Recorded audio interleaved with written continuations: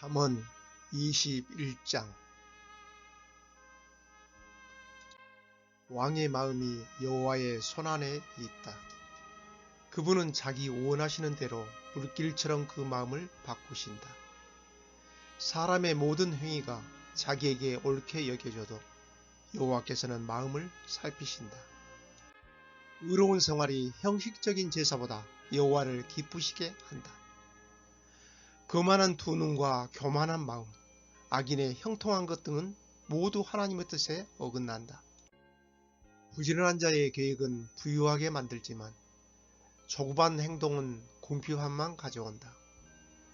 거짓된 혀로 모은 재산은 흩어지는 수증기 같고 죽음을 불러오는 함정이다.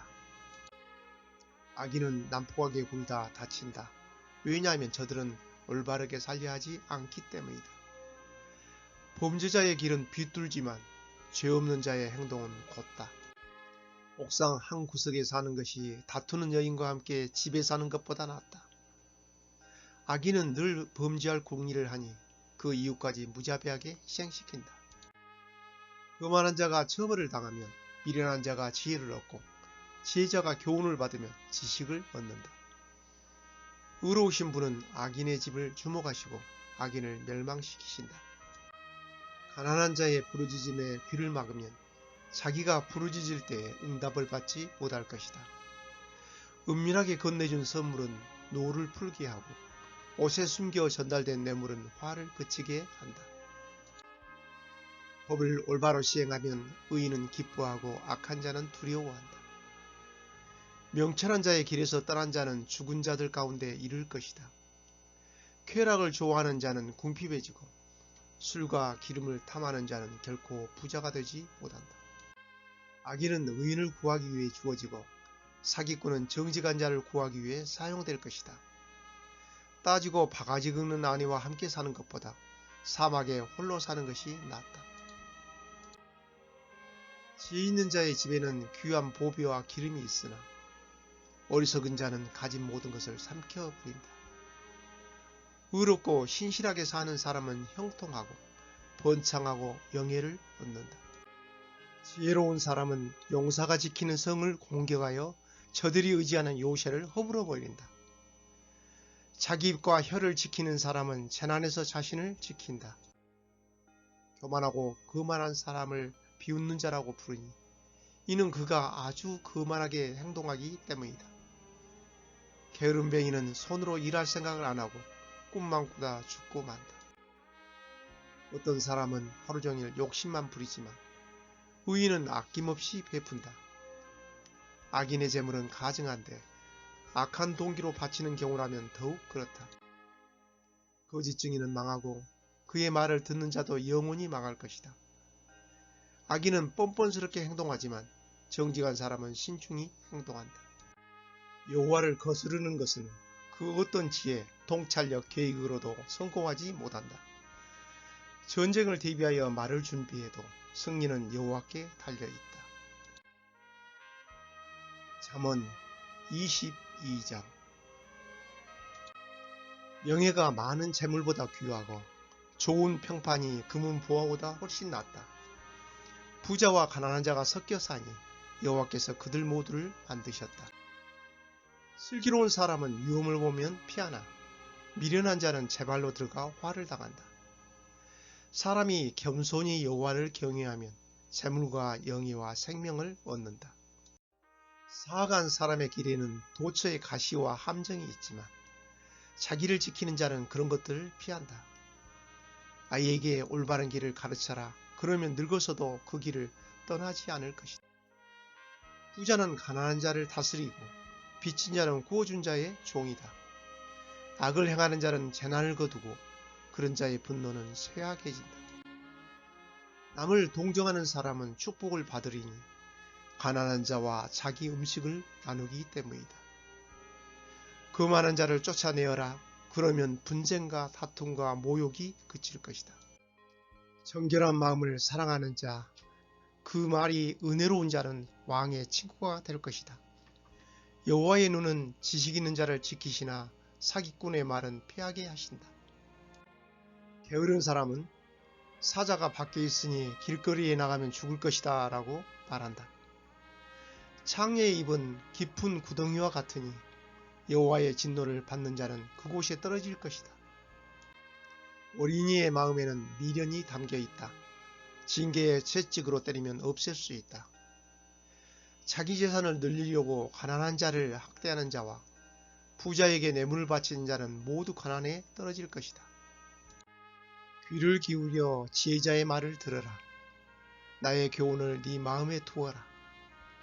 그것들을 네 마음속에 간직하여 언제든지 입술로 말할 수 있다면 얼마나 좋을까. 여호와를 의지하도록 하기 위해 나는 오늘 너에게 특별히 권한다. 내가 너에게 모략과 지식의 말씀 30가지를 기록해 주었다. 바르고 신뢰할 수 있는 말씀으로 너를 가르쳐 너를 보낸 자에게 올바르게 대답할 수 있게 하였다. 가난한 자를 힘없다고 이용하지 말고 약한 자를 성문에서 압제하지 마라. 여호와께서는 그들의 사정을 듣고 그들을 학대한 자들을 벌하실 것이다. 화풀이 잘하는 사람과 사귀지 말고 성 잘내는 사람과 사귀지 마라. 네가 그의 행위를 본받아 올무에 빠질까 두렵다. 너는 타인의 보증을 서지 말고 타인의 빚보증인이 되지 마라. 네가 갚을 돈이 없으면 네가 놓은 침대마저 차압당할 것이다. 네 조상이 세운 바울타리를 함부로 옮기지 마라. 자기 일에 충실한 사람을 봤느냐? 그런 사람은 하찮은 사람을 섬길 인물이 아니니 왕을 섬길 것이다.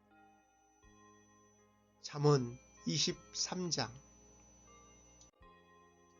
네가 높은 관리와 함께 식사를 할 때 네 앞에 무엇이 있는지 잘 보아라.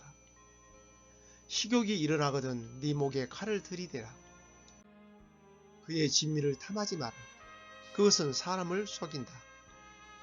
부자가 되려다 건강을 해친다. 분수에 맞게 사는 지혜를 배워라. 아무리 재물에 눈독을 들여도 재물은 날개가 달린 독수리처럼 창공으로 훨훨 날아가 버릴 것이다. 구두쇠의 음식은 먹지 말고 그의 진수성찬을 탐하지 마라. 그런 사람은 속으로 저것이 얼마인데 하고 계산한다. 먹고 마시라고 말은 하겠지만 마음으로는 아까워한다. 네가 조금 먹은 것도 토하겠고 네가 말한 칭찬도 소용없게 될 것이다. 어리석은 자가 듣는 데서 말하지 마라. 그가 네 지혜를 비웃을 것이다.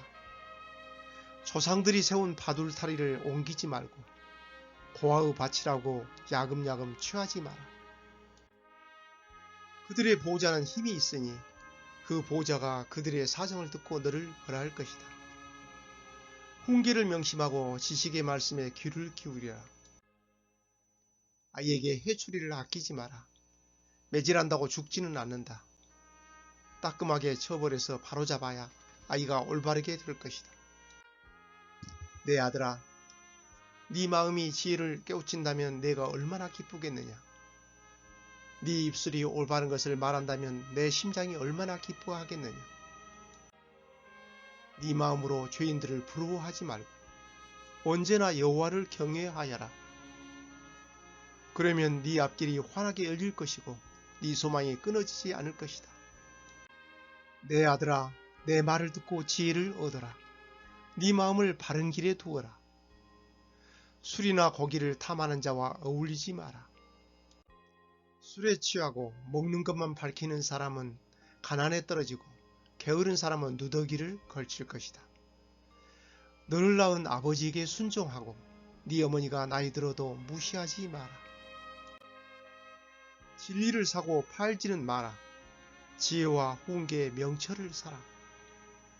의인의 아버지는 크게 기뻐하리라. 지혜로운 아들을 낳은 자는 그 아들 때문에 기쁨을 얻을 것이다. 네 부모를 즐겁게 해드려라. 너를 낳아주신 분을 기쁘게 해드려라. 내 아들아, 네 마음을 내게 주고 네 눈으로 내가 사는 모습을 보고 즐거워하여라. 창녀는 깊은 구덩이며 바람난 여인은 좁은 웅덩이다. 그녀는 강도처럼 숨어서 기다리다가 수많은 남자들을 망친다. 재앙이 누구에게 있는가? 슬픔이 누구에게 있는가? 분쟁이 누구에게 있는가? 불평이 누구에게 있는가? 누가 불필요한 상처와 충혈된 눈을 가지고 있는가? 술독에 빠진 자에게 있고 독한술을 들이키는 자에게 있다. 술잔에 따라진 포도주가 붉고 번쩍이며 목으로 술술 넘어가도 너는 거들떠 보지 마라. 마침내 그것이 뱀같이 물 것이요 독사같이 쏠 것이다.